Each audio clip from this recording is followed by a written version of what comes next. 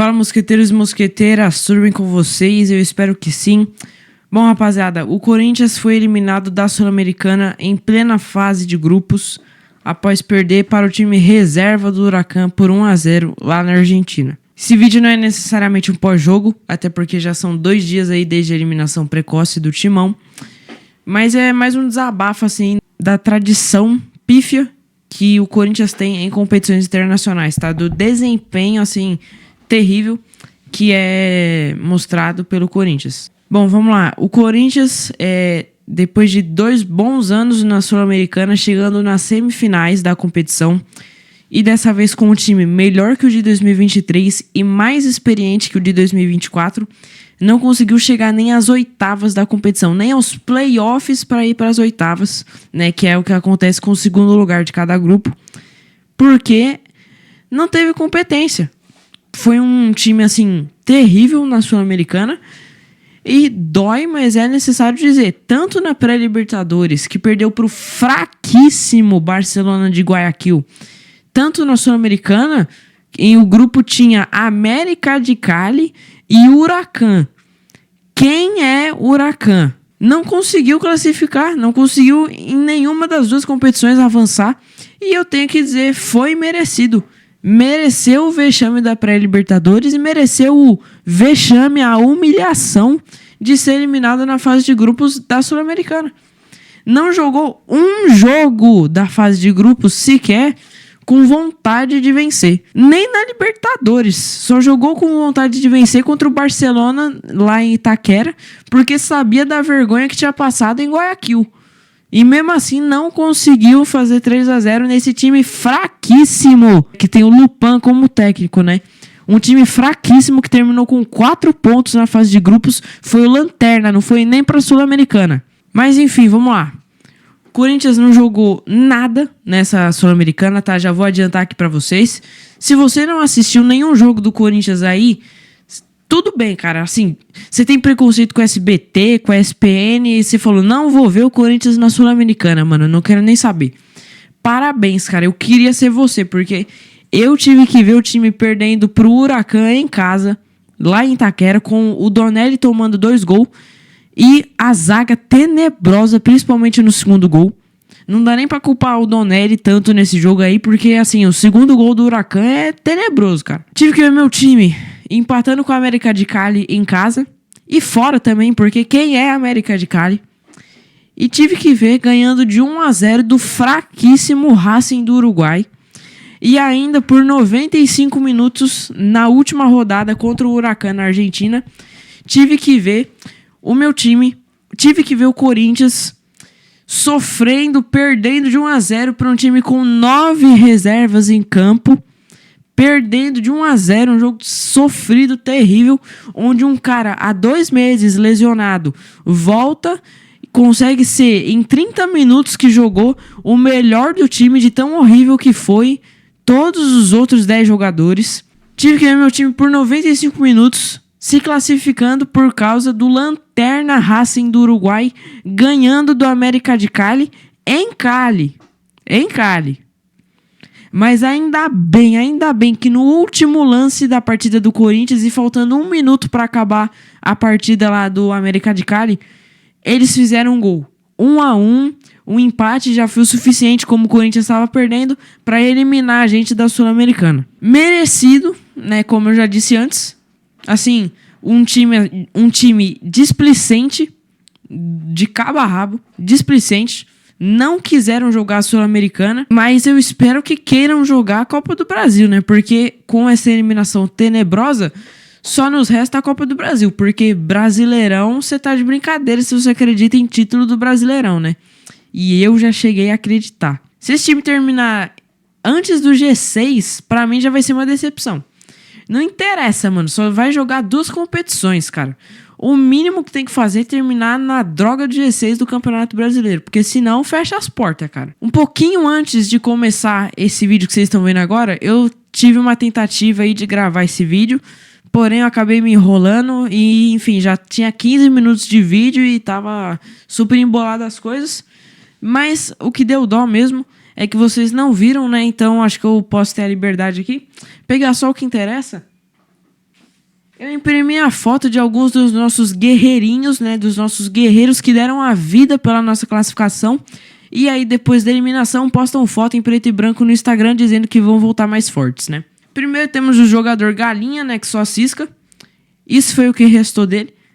Thales Trágico, terrível. Jogou bem ano passado.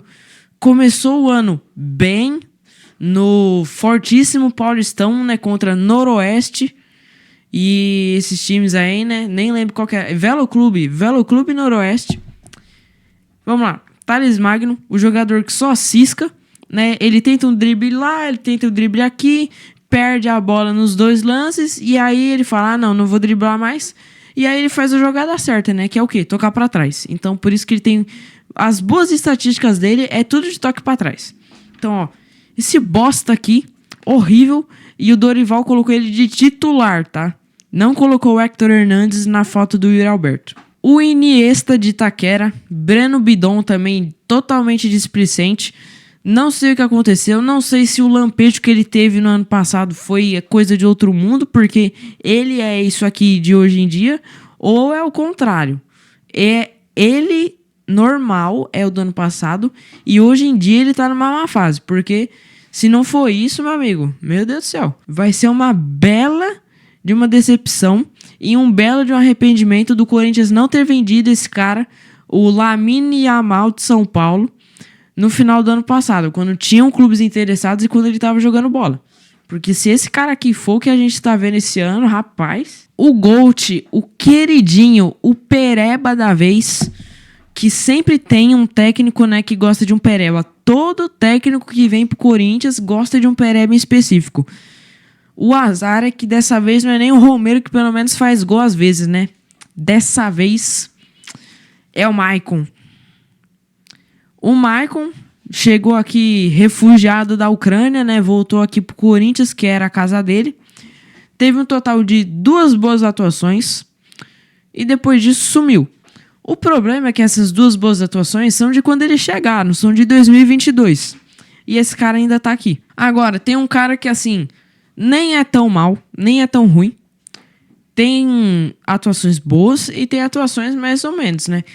Esse cara aqui, confesso que é mais extremismo, é mais raiva mesmo, por causa de um lance em específico.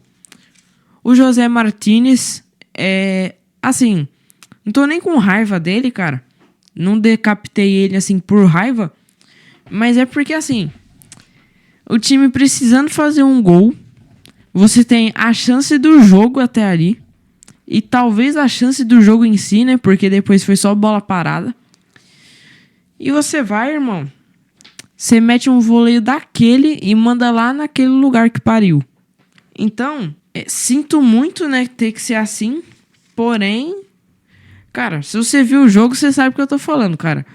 Um cruzamento do Anguilera, a bola acabou sobrando sozinho pro Martínez. Ele tentou dar uma paulada e mandou colocado, né? Colocado na lua. O MC do elenco, Depay, é oportunista, eu sei, só porque o time todo tá mal, vou aproveitar e falar mal dele.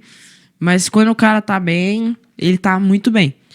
Quando esse cara decide não jogar, quando ele decide não correr, é uma tristeza em campo, viu?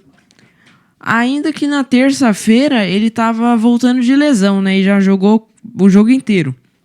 Então assim, menos mal. Porém, em outros casos, ele decide não jogar. Cara, ele realmente cumpre a promessa de não jogar. Ele anda em campo e ele parece pesado demais, tá? E ele não é pesado. Então, tomara que ele melhore, porque senão, amigo, pode ir embora, porque você ganha 3 milhões por mês. E agora, o único que eu ainda não rasguei, porque ainda é começo, né, de trabalho. Mas tem que abrir o olho, tem que tomar cuidado. O Gold Dorival Júnior, que eu chamei de genial, né? Mas eu estou me arrependendo cada dia mais, cada jogo mais.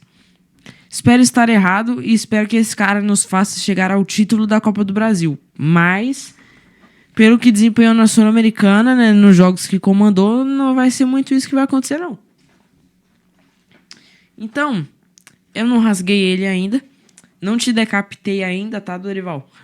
Porém, tem que tomar cuidado, tem que abrir o olho, porque foi quase. Você perdeu a competição internacional do ano, né? Porque o Ramon Dias eliminou a gente da Libertadores.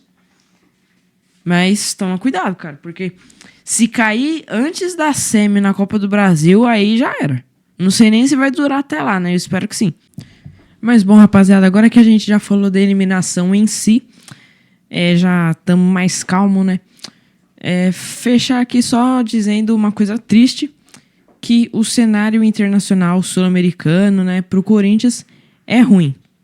Apesar dos 2 mundiais, a gente continua tendo só uma Libertadores e os números são ruins, são muito ruins, principalmente se comparar com os nossos outros rivais, em particular Palmeiras e São Paulo.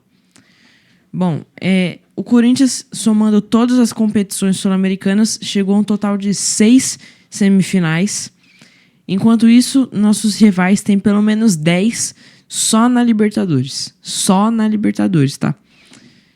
Então, só isso aí já mostra um nível bem diferente, né? Infelizmente, entre nós e os outros. E em questão de número de jogos e vitórias, nós temos 142 jogos e 70 vitórias. O Palmeiras ganhou de 6-0 na 6ª rodada da fase de grupos e agora igualou o que a gente tem de jogos em número de vitórias, tá? Eles têm 108 jogos a mais e o nosso número de vitórias. Eles têm 142 vitórias e a gente tem 142 jogos. Então, basicamente, nessas competições, o que nos resta é aguentar a zoação, principalmente do Palmeiras. E tudo bem, isso faz parte do futebol, só que continua sendo muito triste pro torcedor, né? Ter que sofrer aí essas zoações aí. E agora a gente espera junho, a parada de um mês pro Mundial, para ver o Palmeiras sendo eliminado assim, tomando uma coça de todo mundo, assim eu espero. E aí a gente vai poder postar um vídeo no Instagram comemorando os nossos 2 mundiais, né? Porque é isso que resta. Não temos muito mais com que zoar os caras. E isso é culpa da nossa gestão incompetente, que vem desde o começo dos tempos, né? Porque parece que esse clube aí sempre teve problemas de gestão. Poucas, assim, deram bons frutos e uma boa administração financeira, tá? Vale lembrar que o começo da RT, nós ganhamos nossos grandes títulos, ganhamos Libertadores, Mundial, porém, hoje a gente paga o preço. E o preço ter um monte de conselheiros vitalícios que decidem tudo do clube e é tudo em prol deles, né? E não a favor do time do povo, né? Do povo.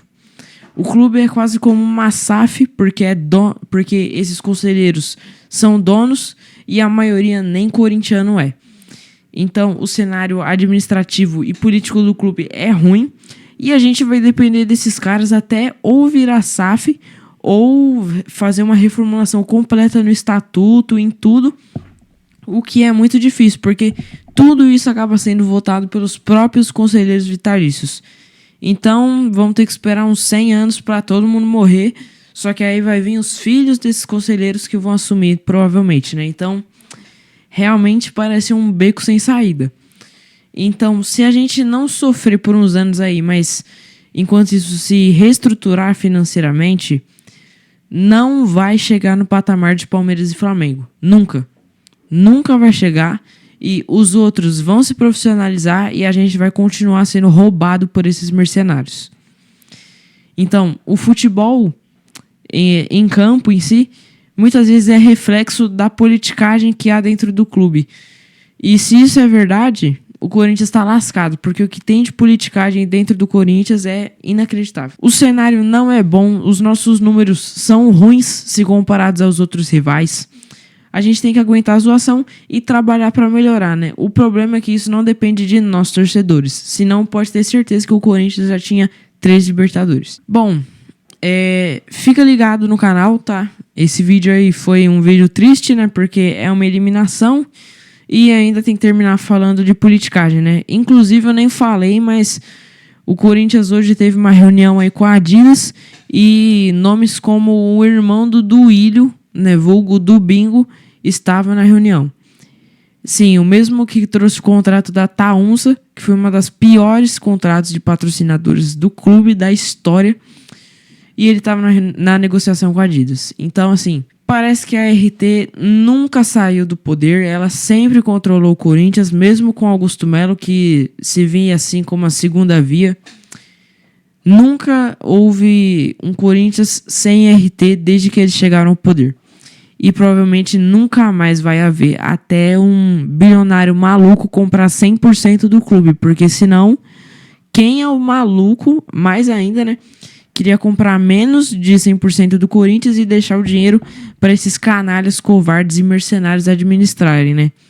Só se fosse um trilionário mesmo, porque aí o bilhão não iria fazer diferença. Mas bom, rapaziada, esse foi o vídeo. Fica ligado, se você curtiu o canal, deixa seu like, se inscreve no canal, é nóis. E em breve aí pretendo postar talvez aí um pré-jogo de Corinthians e Vitória, né? Para não ficar separado, para não ficar junto do vídeo de hoje.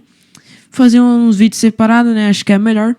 E é isso. Espero que vocês tenham gostado na medida do possível, né? Porque não é um vídeo de uma vitória, né? Por exemplo.